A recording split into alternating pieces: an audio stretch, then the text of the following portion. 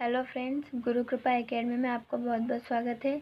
आज हम पढ़ने जा रहे हैं ट्रिग्नोमेट्री टेबल कैसे बनाते हैं। तो सबसे पहले ट्रिग्नोमेट्री टेबल बनाने के लिए हमें कॉलम्स बनाने होंगे, जिसमें एक तरफ हमें लिखना होगा ट्रिग्नोमेट्रिक टर्म्स और दूसरी हमें लिखना होगा ट्रिग्नोमेट्रिक एंगल्स, थीटा यानी कि एंगल्स हमें लिखने होंगे। तो लेट्स स्टार्ट। तो सबसे पहले साइन थीटा और सबकी वैल्यू निकालने के लिए हमें 0 से लेके 4 तक वैल्यूज़ लिख लेनी है। तो हम यहाँ पर वैल्यू लिखेंगे। देन उसके बाद इन सारी वैल्यूज़ में 4 का हम डिवाइड दे देंगे। सारी वैल्यूज़ में इस सब में 4 का डिवाइड देंगे और इन सब के ऊपर हम रूट लगा देंगे। इस प्रकार से इन सब के ऊपर हम रूट लगा देंगे।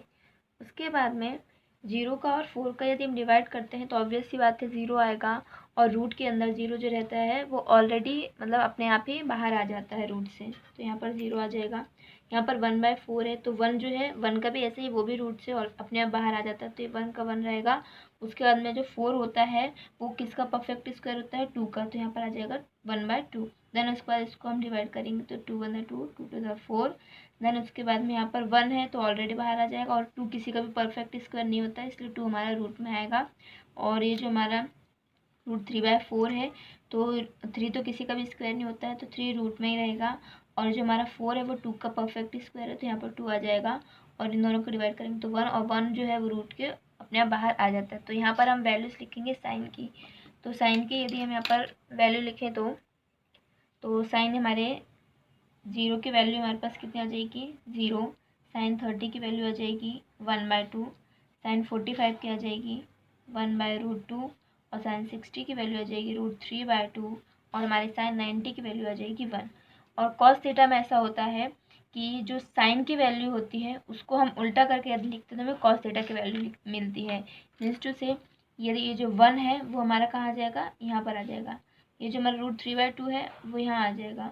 और ये हमारा जो 45 की वैल्यू है वो सेम रहेगी, और 1/2 की वैल्यू यहाँ आ जाएगी, और 0 की जो वैल्यू होगी वो हमारे यहाँ पर आ जाएगी। सो हम यहाँ पर लिख लेते हैं। तो कॉस 0 की वैल्यू हमारे पास 1 हो जाएगी। कॉस जो साइन थीटा में 60 की वैल्यू थी वो यहाँ पर इसकी 30 की वैल्यू हो जाएगी √3/2। साइन 45 की वैल्यू जो है वो हमारी कॉस 45 में भी सेम रहेगी, और जो साइन 30 की वैल्यू है वो हमारी कॉस 60 की वैल्यू होगी देन 1/2। और जो साइन 0 की जो वैल्यू थी वो हमारी यहाँ पर कॉस 90 की वैल्यू हो जाएगी 0। तो अब हम यहाँ पर 10 की वैल्यू निकालेंगे। 10 की वैल्यू निकालने के लिए हमने एक फॉर्मूला प्रीवियस वीडियो में आपको बताया था। tan थीटा की वैल्यू हमारे पास होती है साइन थीटा अपॉन में कॉस थीटा।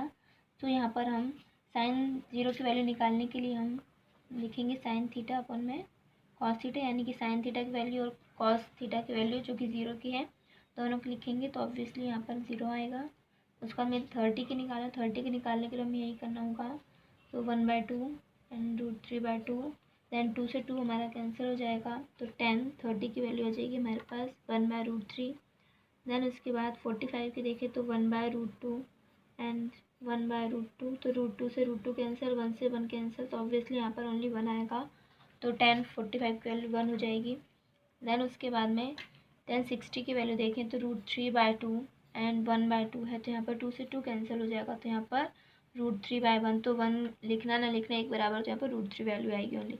उसके बाद यदि 10 90 की वैल्यू देखें तो 1/0 देन इक्वल्स में 1/0। तो यदि 0 जो हमारा जो रहता है यदि डिनोमिनेटर में रहता है, 0 जो रहता है वो हमारा यदि डिनोमिनेटर में रहता है तो यहाँ पर नॉट डिफाइंड होता है, तो हमारे यहाँ पर 10 90 की वैल्यू आएगी नॉट डिफाइंड, क्योंकि हमारा जो 0 है वो डिनोमिनेटर में है, और जब न्यूमरेटर में रहता है तो वैल्यू 0 आती है। तो आइए इस वैल्यू को हम tan थीटा में पुट कर दें। तो कॉसेक थीटा की वैल्यू यदि हम निकालें तो कॉसेक थीटा की वैल्यू निकालने के लिए हम जानते हैं कि साइन थीटा जो होता है वो किसका रेसिप्रोकल होता है, कॉसेक थीटा का। तो इसको हम लिखें साइन थीटा इक्वल्स में 1 में कॉसेक थीटा। ये फॉर्मूला हमने प्रीवियस वीडियो में लर्न किया था। तो यहाँ पर हम यदि देखें तो हमें क्या करना होगा, साइन की वैल्यू को जो है पलटना होगा, तो हमें किसकी वैल्यू मिल जाएगी, कॉसेक थीटा की। तो यदि हम साइन 0 की वैल्यू निकालते हैं, यदि कॉसेक 0 की वैल्यू निकालें तो साइन 0 की वैल्यू उसको हमें पलटना होगा। तो 0 जो रहता है उसको हम लिखते हैं और उसके नीचे 1 हम खुद लगाते हैं। तो इसका यदि रेसिप्रोकल करेंगे तो हमारे पास 1/0 आ जाएगा, और हमारे पास 1/0 जो रहता है वो हमारा रहता है नॉट डिफाइंड, ठीक है। तो यहाँ पर हम क्या करेंगे, कॉसेक थीटा की जो कॉसेक 0 की जो वैल्यू होगी हमारे पास नॉट डिफाइंड होगी। इसी प्रकार 30 1/2 है, तो इसको यदि हम 2/1 करेंगे तो हमारे पास ओनली 2 आएगा। क्योंकि 1 हम नहीं लिखते हैं। उसका 45 डिग्री जो है हमारा कॉसेक 45 की वैल्यू यदि निकालते हैं तो 1/√2 है, तो इसको यदि हम पलटेंगे तो √2/1 होगा, तो हम 1 नहीं लिखेंगे अपॉन में, ओनली हम √2 लिखेंगे। उसके बाद में cos 60 की वैल्यू हमारे पास √3/2 है, तो इसको यदि हम पलटेंगे तो 2/√3, और 1/0 जो है, सॉरी 1 जो है उसका यदि हम रेसिप्रोकल निकालते तो उसका रेसिप्रोकल 1 ही आता है। ओके, और सेक थीटा की वैल्यू निकालने के लिए हमें क्या करना होगा, सेक थीटा की वैल्यू निकालने के लिए जिस प्रकार हमने साइन थीटा लिखा था और साइन 0 की वैल्यू जो यहाँ से स्टार्ट हुई थी और कॉस की वैल्यू यहाँ से स्टार्ट हुई थी, उसी प्रकार से हम कॉसेक थीटा में भी करेंगे। तो यहाँ पर सेक जो यहाँ कॉसेक 90 की जो वैल्यू है वो यहाँ पर सेक 0 की वैल्यू हो जाएगी, यानी कि 1 हो जाएगी। उसी प्रकार जो हमारी कॉसेक 60 की वैल्यू थी वो हमारे सेक 30 की वैल्यू हो जाएगी 2/√3, और 45 की वैल्यू दोनों की सेम रहेगी। और जो कॉसेक 30 की जो वैल्यू थी 2, वो हमारी सेक 60 की वैल्यू हो जाएगी, और जो कॉसेक 0 की वैल्यू जो थी वो हमारी सेक 90 की वैल्यू हो जाएगी, यहाँ पर नॉट डिफाइंड।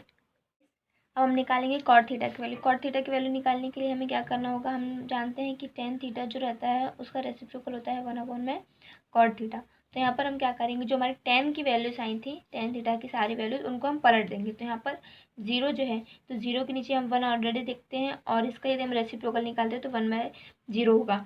तो यदि इसको देखें तो ये हमारा क्या होगा, नॉट डिफाइंड। तो इसको हम यहाँ पर लिखेंगे नॉट डिफाइंड। इसके बाद में यदि 10 30 की वैल्यू को यदि हम देखें, यदि हम इसको पलटते हैं तो √1/3 है, तो यहाँ पर ओनली क्या हो जाएगा, √3/1। तो 1 को हम लिखते हैं तो ओनली √3। और कॉट 45 की वैल्यू हमारे पास कितनी है, 1045 की वैल्यू हमारे पास है 1, और 1 का यदि रेसिप्रोकल निकालते हैं तो हमारे पास 1 ही आता है। उसके बाद में 1060 की वैल्यू हमारे पास √3 है, तो यदि √3 के नीचे हम क्या लगाते हैं, यदि हम √3 के नीचे 1 लगाते हैं, मतलब ऑब्वियस बात है हम 1 लगाएंगे, तो इसका यदि हम रेसिप्रोकल करते हैं तो हमारे पास आएगा 1/√3। तो यहाँ पर हमारे कॉट 60 की वैल्यू की 1/√3, और यहाँ पर और उसके बाद हमारे पास नॉट डिफाइंड है। तो नॉट डिफाइंड जो हमारे पास क्या है, 1/0, 1/0 है। तो यदि हम इसका रेसिप्रोकल निकालते हैं तो हमारे पास वैल्यू क्या आती है, 0/1। तो यहाँ पर वैल्यू आ जाएगी हमारे पास कॉट 90 की 0। होप आपको ये वीडियो बहुत अच्छा लगा होगा। यदि आपको ये वीडियो अच्छा लगा है तो इस चैनल को लाइक करें, शेयर करें, सब्सक्राइब करें। Thank you.